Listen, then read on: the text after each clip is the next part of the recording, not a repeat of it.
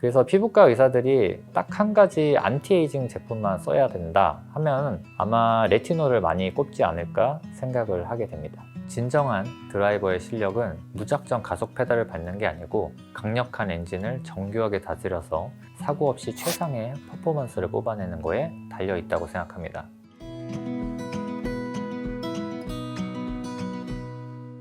안녕하세요. 피부야 놀자 피부과 전문의 최중현입니다. 여러분, 오늘 세안 후에 어떤 화장품을 바르셨나요? 지금 한번 여러분의 화장대를 한번 떠올려 보세요. 아마 각자의 피부 고민만큼이나 다양한 성분의 화장품들이 다양하게 놓여져 있을 거라고 상상이 되는데요. 하지만 그 중에서도 특히 항노화, 즉 주름과 탄력에 진심이신 분들은 화장대에 절대 빠지지 않는 끝판왕 성분이 하나 있죠. 바로 오늘 이야기할 레티놀입니다. 올리브 영양가도 레티놀 성분 화장품들이 진열되어 있는 것들을 꽤 많이 볼 수가 있습니다. 레티놀에 대해서 본격적인 이야기를 하기에 앞서서 조금은 섬뜩한 실제 사건을 하나 소개해 드리려고 해요. 때는 1596년으로 거슬러 올라갑니다. 네덜란드의 전설적인 탐험가 윌럼 바렌츠가 이끄는 선단이 북극 항로를 개척하기 위해서 얼어붙은 바다로 뛰어들었습니다. 하지만 자연은 냉혹했죠. 배는 거대한 빙하 속에 갇혀버렸고요. 대원들은 영하 수십 도의 추위와 굶주림 속에서 사투를 벌여야 했습니다. 식량이 부족했던 이들은 엄청난 사투 끝에 곰을 잡아먹습니다. 곰을 잡은 대원들은 환호하면서 북극곰 고기를 먹었고요. 특히 가장 영양가가 높다고 생각한 간을 다들 나눠 먹었죠. 근데 배를 채운 기쁨은 단 몇 시간 만에 조금씩 지옥으로 변하기 시작해요. 대원들은 갑자기 머리가 깨질 듯한 두통을 호소하면서 구토를 시작했고요. 그리고 다음날 아침에 서로의 얼굴을 본 대원들은 경악을 금치 못했습니다. 대원들의 얼굴과 몸의 피부가 마치 뱀이 허물을 벗듯 덩어리째 툭툭 떨어져 나가고 있었던 겁니다. 생살이 드러나고 붉은 속피부가 드러나고요. 진물이 흐르는 비참한 물골로 대원들이 하나 둘씩 쓰러지기 시작했어요. 생존자들은 이를 보고 우리가 북극곰의 영혼을 먹어서 저주를 받았나 봐 라면서 울부짖었습니다. 자, 도대체 그 곰의 간 속에는 무엇이 들었길래 멀쩡한 사람의 피부를 허물처럼 이렇게 벗겨낸 걸까요? 그 소름 돋는 정체는 사실 400년이 지나고 나서야 뒤늦게 밝혀지게 됩니다.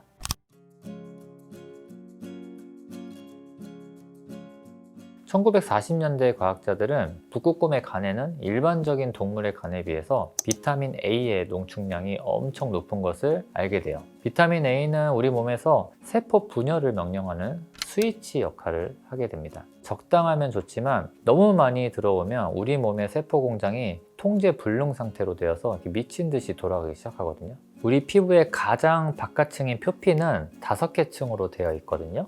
보통 8개에서 20개 이상의 세포층으로 되어 있어요. 가장 아래의 기저층부터 해서 위로 올라가면서 순수한 각질로 분할을 하게 돼요. 그러면서 시간이 지나면 가장 분화된 맨 위에 있는 순수한 각질들이 이렇게 떨어져 나가는 과정을 거치거든요. 그래서 이거를 턴오버라고 부르고 보통 주기가 한 달 정도 걸리게 돼요. 근데 이 속도가 너무 과하게 되면요, 정상적으로 분화가 되고 보호막 역할을 하는 게 아니고 어설픈 각질층이 형성이 되면서 막 이렇게 들뜨고 각질이 일어나는 좀 불량한 각질층이 형성이 되게 돼요. 제대로 된 보호막 기능을 할 수 없게 되는 거죠.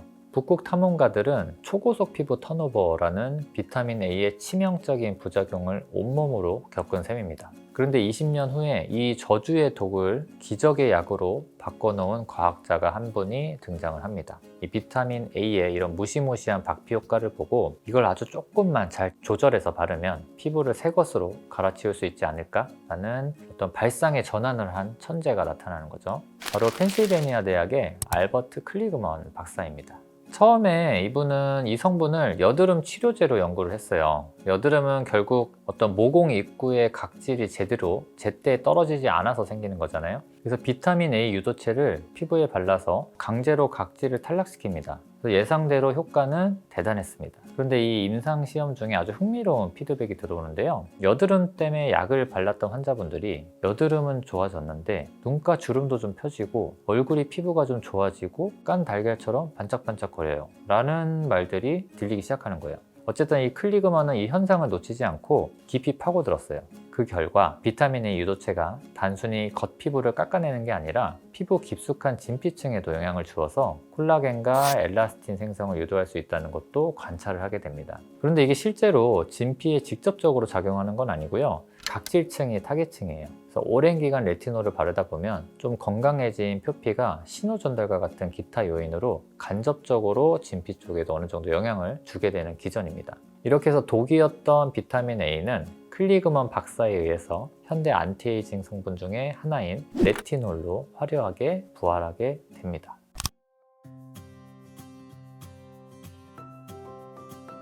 자, 그런데 여기서 아주 중요한 사실이 하나 있습니다. 클리그먼 박사가 발견한 건 사실 트레티노인이라는 비타민 A 중에서도 가장 강력한 최종 보스와 같은 성분이었어요. 트레티노인은 효과가 확실한 만큼 자극도 엄청납니다. 생물학적 활성도가 너무 높아서요. 전문가의 처방 없이는 일반인이 다루기에는 너무 위험한 성분이었죠. 그래서 이 트레티노인은 실제로 화장품 성분으로 사용하기에는 제한이 되어 있어요. 의약품으로만 허가가 되어 있고요. 비타민 A 제제인 레티노이드는 단계적으로 전환이 되어서 활성화되는 물질이거든요. 레티닐 팔미테이트, 그리고 레티놀, 레티날, 레티노산, 레티노산에 레티노익산과 트레티노인이 있습니다. 이런 단계로 효소에 의해서 활성화되는 물질이에요. 우리 몸에서 실제로 주름을 펴주는 진짜 대장 물질은 레티노산이거든요. 근데 이건 사실 너무 세다 보니 화장품에서는 레티놀이나 레티날 같은 순한 버전을 보통 넣게 됩니다. 여기서 제가 제일 좋아하는 F1을 예시로 한번 들어볼게요. 레티노산이 시속 300km로 달리는 F1 경주용 자동차라면 레티놀은 우리가 일상에서 운전하기 편하게 만든 데일리 스포츠카 정도로 보면 됩니다.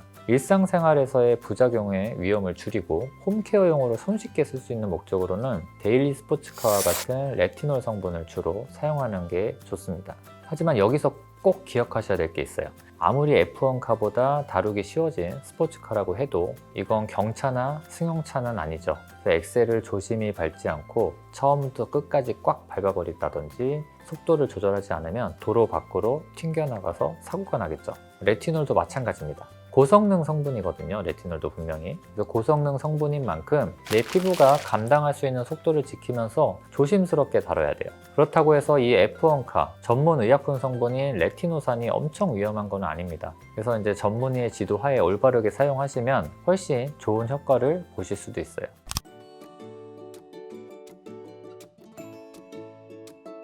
레티놀이 안티에이징의 황제로 불리는 이유는 사실 명확해요. 이 성분은 피부의 표피와 진피 두 층에서 동시에 작용하는 거의 유일한 성분이거든요. 먼저 표피층에서 일어나는 변화부터 한번 알아볼게요. 레티놀은 묵은 각질을 빠르게 탈락시켜서 피부결을 매끄럽게 만들어줍니다. 원래 28일 걸리던 피부 턴오버 주기를 좀 짧게 단축시켜요. 그래서 새로 정돈된 각질층이 올라오니까 피부가 좀 밝아지는 효과도 보이게 됩니다. 예를 들어서 어떤 빛을 받을 때 각질층이 정돈이 안 되어 있으면 이게 난반사가 일어나거든요. 그런 빛이 모아지지가 않고 분산되어서 우리가 사람 얼굴을 봤을 때 피부가 더 칙칙해 보이게 됩니다. 근데 이제 각질층이 정돈이 되면 빛이 고르게 반사가 되고 결국은 피부톤이 좀 좋아 보이는 효과를 보여요. 이 과정에서 모공 입구에 쌓인 각질과 피지도 함께 녹아서요 제거가 되겠죠. 그리고 콜라겐을 분해하는 효소인 MMP를 억제를 해서 콜라겐 분해를 억제하는 효과를 보이는 것으로도 알려져 있습니다.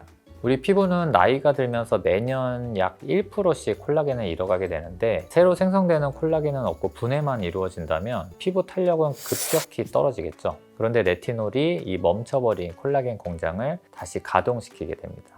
이렇게 피부 표피층, 진피층에서 모두 작용을 하다 보니까 주름이나 모공에도 개선되는 효과를 보이고요. 표피와 진피의 환경 개선이 이루어지면서 색소도 좀 좋아지는 효과가 있어요. 이 레티노이드는 FDA에서 공식적으로 주름 개선 효과를 인정한 성분이기도 합니다. 그래서 피부과 의사들이 딱 한 가지 안티에이징 제품만 써야 된다 하면 아마 레티놀을 많이 꼽지 않을까 생각을 하게 됩니다.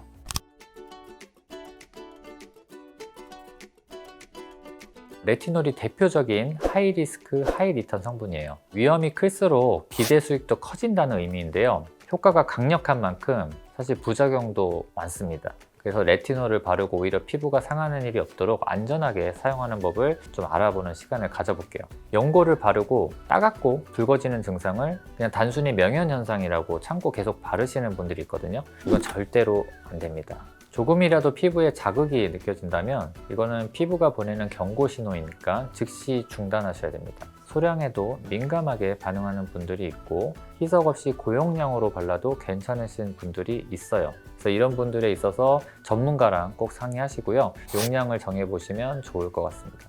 처음 쓰시는 분들에게 도움될 만한 팁을 제가 좀 알려드릴게요. 자, 첫 번째는 레티놀은 일반 연고랑은 좀 다릅니다. 그래서 쌀 한 톨만큼만으로 한번 시작을 해보세요. 평소에 쓰시는 수분크림이나 로션에 섞어서 바르시는 거예요. 그래서 눈가랑 입가는 피부가 원래가 많이 얇은 부위이기 때문에 진짜 소량만 바르시기 바랍니다. 진짜 쉽게 뒤집어지실 거예요. 그래서 레티놀은 조금씩 바르면서 점점 피부에 적응시켜 나가는 거지, 처음부터 무작정 많이 바르고 피부가 아픈데 뭐 그걸 참고 인내하면서 바르시는 그런 성분은 아닙니다. 두 번째는 둘둘둘 법칙을 기억하고 발라주시길 바랄게요. 레티놀 크림을 처음 바르실 때는 첫 2주 동안은 이틀에 한 번, 저녁에만 바르세요. 그리고 만약에 아무 이상이 없다면 다음 2주는 매일 저녁, 그리고 한 달 이상 한번 써보시고요. 어느 정도 적응을 하는 것 같으면은 양을 그때부터 조금씩 더 늘리는 겁니다. 피부가 조금씩 적응할 수 있는 시간을 두고 늘려야지 부작용을 최소화할 수가 있어요. 세 번째는, 이건 의외로 아시는 분이 사실 별로 없을 것 같은데요. 바로 세안 후에 물기를 완전히 말리고 레티놀을 바르는 거예요. 우리 피부의 가장 바깥층인 각질층은 평소에 아주 견고한 벽처럼 외부 성분들을 막아주고 있거든요. 근데 세안 직후에 물에 젖은 피부는 이 벽이 물을 머금어서 좀 이렇게 느슨해집니다. 레티놀 같은 성분들이 이 물기를 타고 피부 깊숙이 평소보다 훨씬 많이 빠르게 흡수될 수가 있어요. 그래서 우리가 연고를 만들게 되면은 이게 몇 프로 정도 흡수가 될지 어느 정도 생각하고 만들게 되거든요. 근데 의도한 바보다는 훨씬 과도하게 짧은 시간에 피부 속으로 흡수가 될 수가 있는 거죠. 가뜩이나 이게 피부에 자극을 강하게 주는 약물인데 의도치 않게 과량 흡수가 되게 되면은 뭐 불금증이라든지 따가움, 진물 같은 염증 반응이 생길 수가 있어요. 마지막은 레티놀 화장품 사용 후에는 선크림을 꼼꼼히 잘 바르시고요. 자외선을 피하시는 겁니다. 레티놀을 바를 때는 빛과 공기를 조심하셔야 돼요. 레티놀은 빛에 닿는 순간 파괴될 뿐만이 아니고 피부를 좀 자극을 유발할 수 있습니다. 그래서 반드시 해가 없는 밤에 사용하시길 추천드리고요. 제품을 고를 때도 빛과 공기가 차단되는 불투명한 용기나 진공 펌프 제품을 사용하시면 훨씬 좋고요. 진공 펌프 제품도 투명한 용기보다는 갈색으로 색깔 처리가 되어 있는 용기를 찾아서 쓰시는 게 좋습니다. 개봉 후에는 산화되기 전에 빠르게 쓰시는 게 당연히 좋고요. 내가 요새 레티놀 제품을 쓰고 있다고 한다면 평소보다 선크림을 더 잘 발라주셔야 돼요.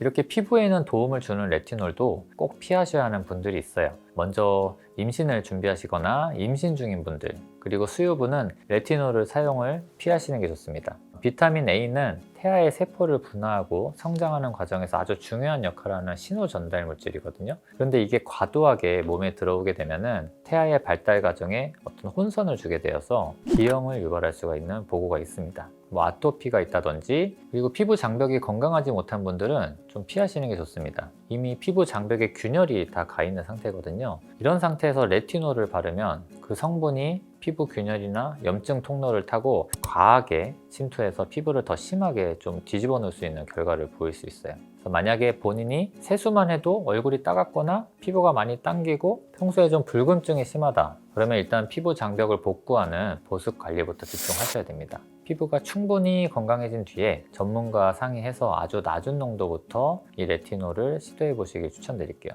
마지막으로 왁싱이나 강한 레이저 시술을 받을 계획이 있거나 뭐 받은 지 얼마 안 됐다면 이 레티놀 사용을 좀 조심하셔야 됩니다. 최소 일주일 전에는 레티놀 사용을 좀 중단하시고요. 시술 후에도 붉은기가 완전히 사라지고 피부가 안정되었을 때 다시 시작하시는 것을 추천드릴게요. 제가 오늘 스포츠카와 F1카로 비유를 해드렸던 것처럼 레티놀은 마력이 엄청난 고성능 차량이라고 생각하시면 좋을 것 같아요. 진정한 드라이버의 실력은 무작정 가속 페달을 밟는 게 아니고 강력한 엔진을 정교하게 다스려서 사고 없이 최상의 퍼포먼스를 뽑아내는 거에 달려있다고 생각합니다. 결국 사고 없이 결승선까지 완주하는 사람만이 최고의 피부라는 이 챔피언 트로피를 얻게 되실 거예요.